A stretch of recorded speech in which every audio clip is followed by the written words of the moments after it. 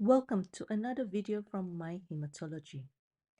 In this video, we will be exploring a common red blood cell disorder known as iron deficiency anemia.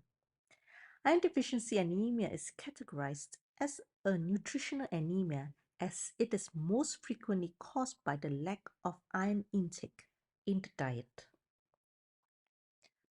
So, what is anemia? Anemia is defined as when a person's hemoglobin level falls below the reference range or a reduction in the hemoglobin concentration of the blood according to age and gender. Infants have high hemoglobin levels, and women have a lower normal range of hemoglobin level compared to men. Anemia is a public health problem that affects almost 2 billion people globally. And iron deficiency anemia is the most common cause of anemia worldwide due to a deficient iron supply to produce functional hemoglobin. High-risk groups that are most vulnerable to anemia are infants, adolescents, women of reproductive age, vegetarians in terms of dietary habit, patients with chronic renal failure, and individuals in resource-poor area in terms of socio-economic influences and others. So what is iron deficiency anemia? Iron deficiency anemia is a type of hyperchromic microcytic anemia caused by defective heme or hemoglobin synthesis due to the lack of iron in our body. The red cells are hyperchromic microcytic, which means they are pale in color and small in size. A red blood cell is essentially a bag full of hemoglobin, and there's approximately 260 million hemoglobin molecules per red blood cell, and the iron in the heme gives the red color of the red blood cell.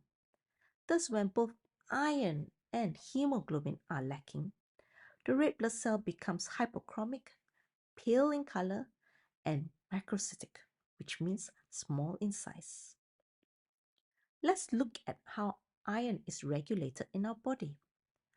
Organic dietary iron is partly absorbed as heme and partly broken down in the gut to inorganic iron. Absorption occurs through the duodenum. Inorganic iron absorption is favored by factors such as acid and reducing agents like ferrireductase that keeps iron in the gut lumen and in the Fe2 plus state rather than the Fe3 plus state. The protein DMT1 is involved in transfers of iron from the lumen of the gut across the enterocyte microvilli.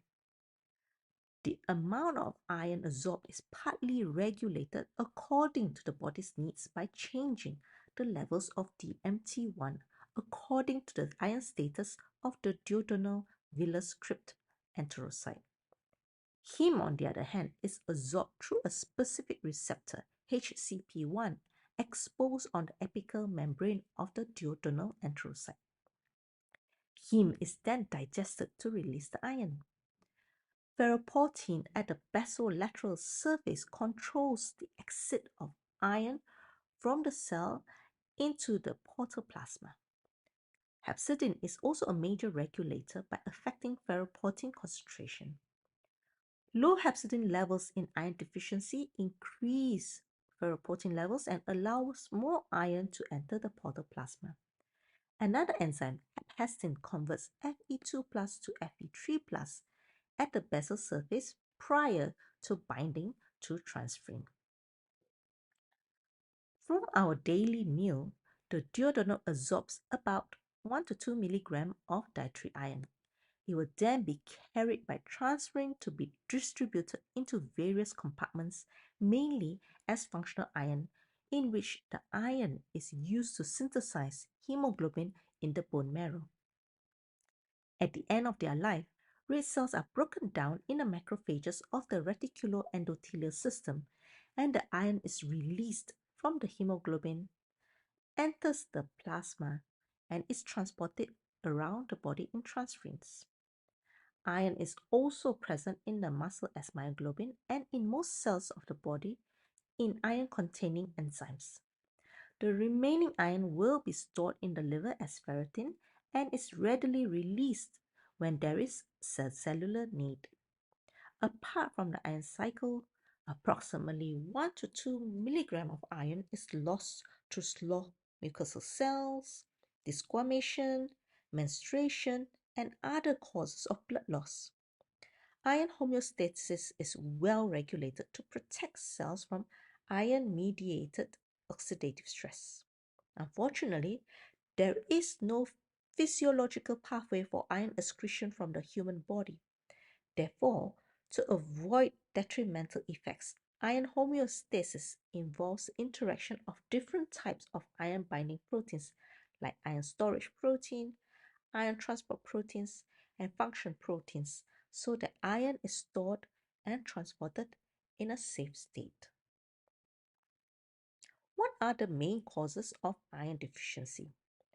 High risk groups that are most vulnerable to iron deficiency are infants, adolescents, elderly people, women of reproductive age, pregnant and breastfeeding women, postmenopausal women in terms of physiological demand, or chronic blood loss through menorrhagia, or gastrointestinal bleeding due to hookworm or parasitic infestation, vegetarians in terms of dietary habits, or a poor diet in many poor economic countries, chronic blood loss through gastrointestinal bleeding, for example, peptic ulcer, or gluten-induced enteropathy, partial or total gastrectomy, and atrophic gastritis can cause malabsorption, and usage of certain drugs in causing chronic blood loss like aspirin or non-steroidal anti-inflammatory drugs. What are the signs and symptoms of IDA? General signs and symptoms of iron deficiency anemia include pallor, unusual headaches, taste disturbances, weakness and lethargy, dyspnea, difficulty in concentration, as well as decreased cognitive performance and palpitations for some.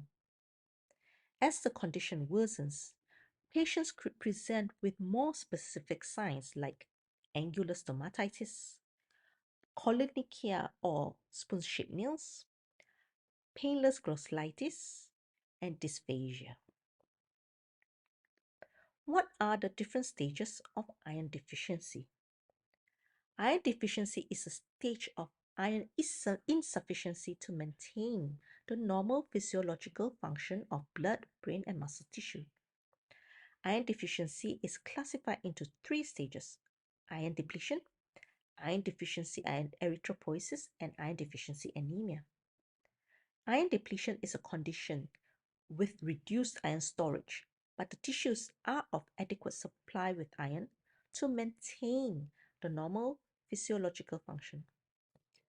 Iron deficiency erythropoiesis is also known as functional iron deficiency. It is a condition which lacks iron supply from iron stores in the presence of demand in the bone marrow for erythropoiesis. If there are any impairments of transport iron protein to target tissues, it also leads to functional iron deficiency as well. This type of iron deficiency occurs in the absence of anemia, which is not severe enough to cause hemoglobin level to drop.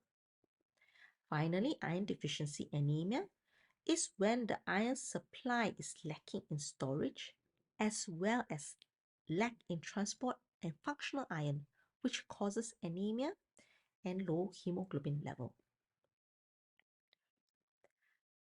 How do we test for iron deficiency anemia?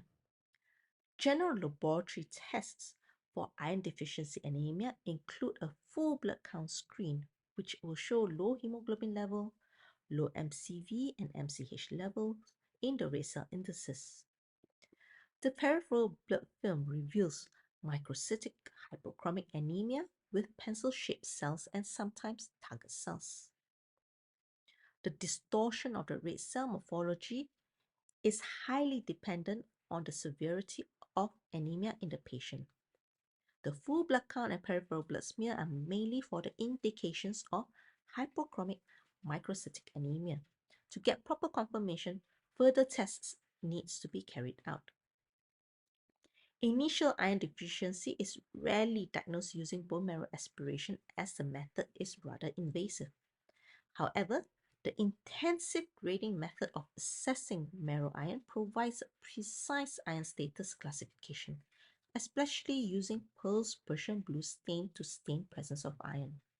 In iron deficiency anemia, there will be absence of this blue stain. Specific biochemical tests include low serum ferritin level, low serum iron, increased total iron binding capacity, and increased soluble transferrin receptors. These biochemical indicators can be categorized into two main distribution compartments, the transport iron and the storage iron.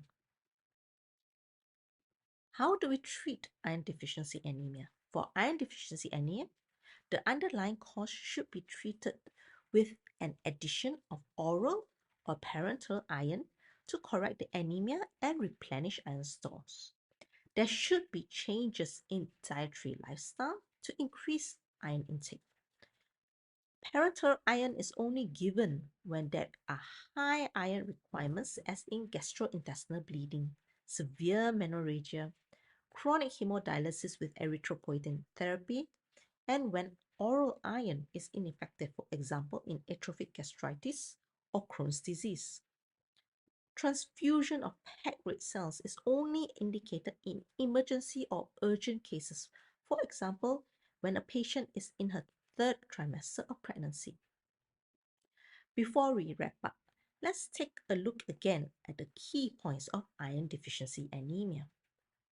Iron deficiency anemia is defined as a type of hypochromic microcytic anemia caused by the defective heme or hemoglobin synthesis due to the lack of iron in our body. The signs and symptoms related to iron deficiency anemia include fatigue, pallor, dizziness or headaches, koilonychia, and angular chelosis. Causes of iron deficiency anemia include the lack of iron intake in the diet, GIT bleeding, GIT malabsorption like in Crohn's disease, hookworm infestations, as well as pregnancy. The laboratory diagnosis to indicate and confirm iron deficiency anemia include low hemoglobin, MCV, and MCH count in the full blood count. The peripheral blood film will show hypochromic microcytic anemia with anisopoikilocytosis and numerous pencil-shaped cells.